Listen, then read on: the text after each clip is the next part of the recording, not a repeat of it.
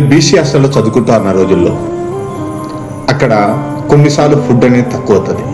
అప్పుడు ఏం చేస్తారంటే ఆ హాస్టల్ వార్డను అక్కడ వంట మనిషి ఒక బేషన్ తీసుకొని ఆల్రెడీ పిల్లలకు వడ్డించిన ఆ ప్లేట్లో నుంచి కొంచెం రైస్ని ఆ బేషన్లో వేయాలి.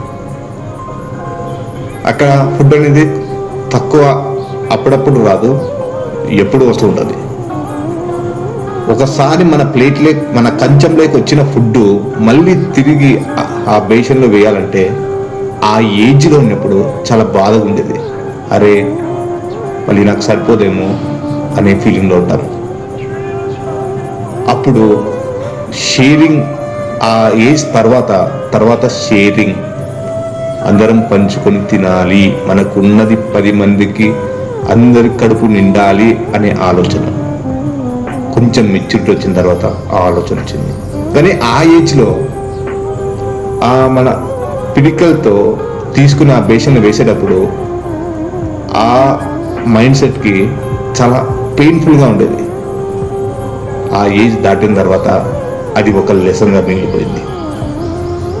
ఫ్రెండ్స్, ఎప్పుడు అందరి కడుపు నిండాలి, అందరూ తృప్తిగా భోజనం అనేది చేయాలి. అడగచ్చు ఆ వార్డెన్ ఎక్కువ ఫుడ్ వండించచ్చు కదా అని. గవర్నమెంట్ హాస్టల్లో అలాగే ఉంటుంది. ఆ కాలంలో, నేను ఇప్పటి ఆ కాలం చెప్పడం లేదు, అప్పట్లో చెప్తున్నాను. Thank you so much for watching this video.